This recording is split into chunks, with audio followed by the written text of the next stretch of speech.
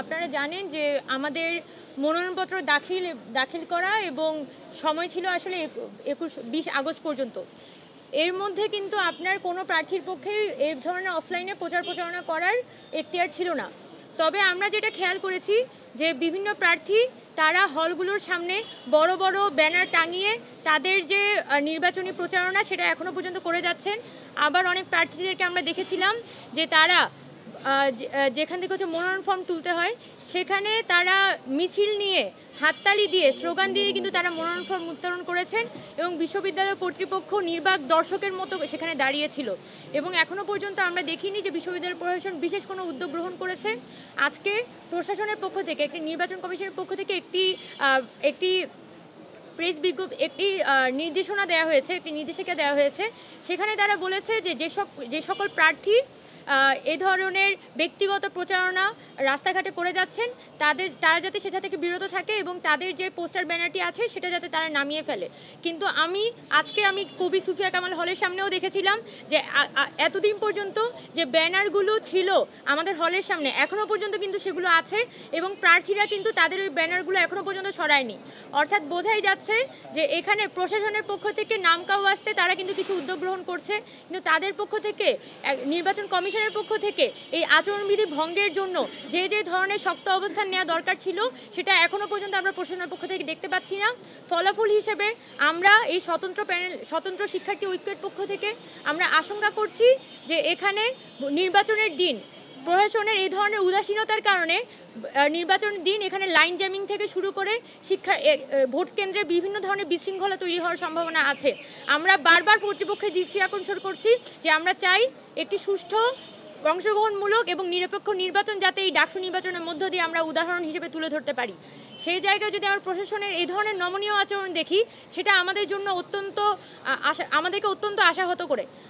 আমরা আশা করব আরও অনেকগুলো প্যানেল তারা কিন্তু বারবার বলছেন, আমরা সবাই বলছি এই ধরনের নির্বাচনী আচরণবিধি ভঙ্গের বিষয়গুলো প্রশাসন যদি এখানে শক্ত অবস্থান না নেয় তাহলে আমরা আমাদের স্বতন্ত্র শিক্ষার্থী ঐক্যের পক্ষ থেকে প্রশাসনকে এই বিষয়ে বিশেষভাবে কমপ্লেন জানাতে এবং সরাসরি একটা ব্যবস্থা গ্রহণ করতে বাধ্য থাকব।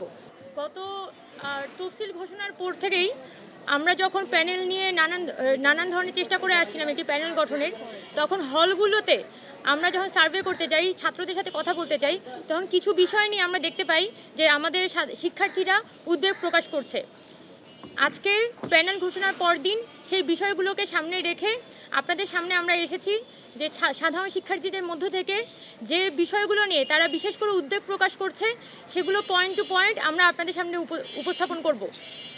প্রথম যে বিষয়টি আছে সেটি হচ্ছে আমাদের বিশ্ববিদ্যালয়ের প্রশাসনের পক্ষ থেকে বলা হয়েছে যে হল থেকে আপনার ভোট কেন্দ্রে যাওয়ার জন্য তারা দরকার হলে বাসের ট্রিপ সংখ্যা বাড়াবে এবং বঙ্গমাতা এবং কুয়েত মৈত্রীর সামনে যে নিউ মার্কেট মোড়টা আছে, নীলক্ষেত মোড়টা আছে, সে মোড়ে তারা সিকিউরিটি বা এখানে যানজটটা তারা নিয়ন্ত্রণ করবে।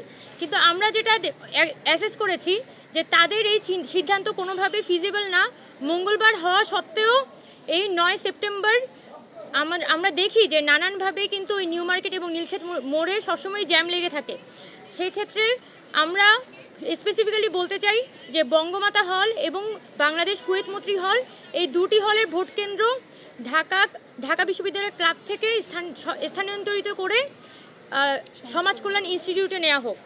ফলাফল হিসেবে এখানে সাধারণ যে শিক্ষার্থীরা এই দুটি হলে অবস্থান করে সেই ছাত্রীদের ভোটিং টার্নআউটটা বাড়বে, একই সাথে ওই ইনস্টিটিউশনেরও ভোটার টার্নআউটটা বাড়বে। আরেকটা বিষয় যেটা কবি সুফিয়া কামাল হলের ভোট কেন্দ্রটা এতদিন পর্যন্ত টিএসসিতে ছিল, সেই জায়গায় সেটি পরিবর্তন করে জিওলজি ডিপার্টমেন্ট কার্জন হলে যে জিওলজি ডিপার্টমেন্ট সেখানে নেওয়া হয়েছে। সেটার জন্য আমরা প্রশাসনকে আন্তরিক সাধুবাদ জানাই।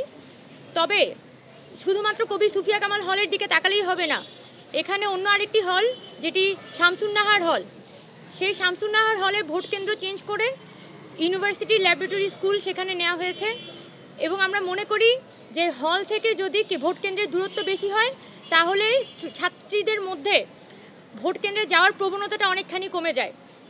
তাই আমরা আশা করি যে শামসুন্নাহার হলের পাশে যে পরমাণু শক্তি কমিশনের ভবনটি আছে সেখানে যাতে হচ্ছে শামসুন্নাহার হলে ভোট কেন্দ্রটি স্থানান্তর করা হয় এবং সেটার জন্য কর্তৃপক্ষের সাথে পরমাণু শক্তি কমিশনের যে ধরনের আলাপচারিতা প্রয়োজন, যে ধরনের ডিলিংসে যাওয়ার প্রয়োজন, আমরা আশা করব যে প্রশাসন এই ডাকসু নির্বাচনের স্বার্থে, শিক্ষার্থীদের স্বার্থে এই শামসুন্নাহার হলে ভোট কেন্দ্রটি পরমাণু শক্তি কমিশনে স্থানান্তরিত করবে।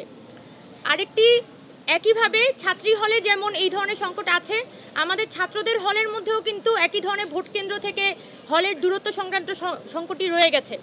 যেমন আমাদের হল পাড়ার যে 4টি হল, সূর্য সেন, জিয়া হল, মুজিব হল এবং জসিমউদ্দিন হল, সেই 4টি হলের ভোট কেন্দ্র দেয়া হয়েছে উদয়ন স্কুলে। সেই জায়গা থেকে আমরা বলতে চাই যে এই 4টি হলের যে ভোট কেন্দ্র সেটি হয় এটা ঢাকা বিশ্ববিদ্যালয় ক্লাব অথবা এটি FBS এ স্থানান্তরিত করা হোক। এবং আমাদের পক্ষ থেকে আমরা প্রেফারেন্স দিব যে এই হলপাড়ার যে 4টি হল আছে সেখানে কিন্তু মানে অনেক বেশি স্টুডেন্ট বসবাস করে, সেই জায়গা থেকে তাদের যাতায়াতের সুবিধার্থে এখানে FBSই সব থেকে বেশি শিক্ষার্থীদের ধারণ করতে পারবে। সেই জায়গা থেকে আমাদের বিজনেস ফ্যাকাল্টি কর্তৃপক্ষের সাথে কথা বলে এই 4টি হল বা এই হলপাড়ার যে 4টি হল আছে তাদের কেন্দ্র যাতে FBS এ স্থানান্তরিত করা হয় সেই বিষয়ে আমাদের একটা সুপারিশ থাকবে। আরেকটা বিষয় যেটা আমরা গত 2019 সালেও প্রত্যক্ষ করেছিলাম, সেটা হচ্ছে আমাদের বিশ্ববিদ্যালয়ে যে নির্বাচন কমিশনটি থাকে ডাকসুর সময়, তাদের পক্ষ থেকে বিভিন্ন তথ্যাদি তারা পরিষ্কার করে উপস্থাপন করে না।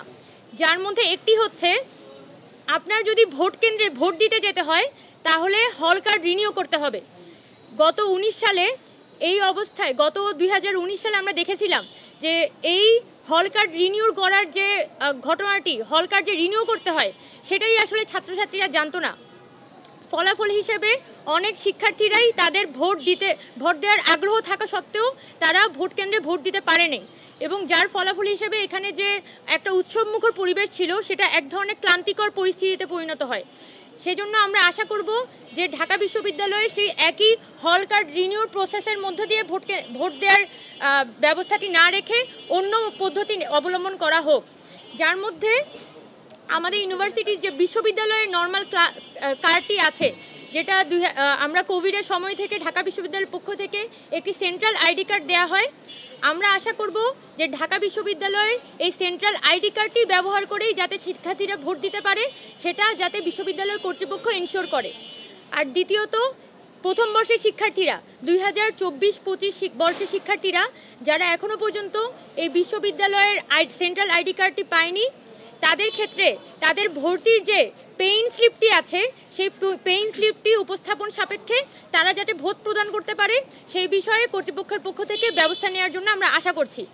এক্ষেত্রে আমাদের যে উদ্দেশ্যটি সেটি হচ্ছে ভোটারদের ক্লান্তি কমানো, ভোটারদের ভোগান্তি কমানো এবং ভোট কেন্দ্রে সর্বোচ্চ পরিমাণ ভোটার উপস্থিতি নিয়ে আসা।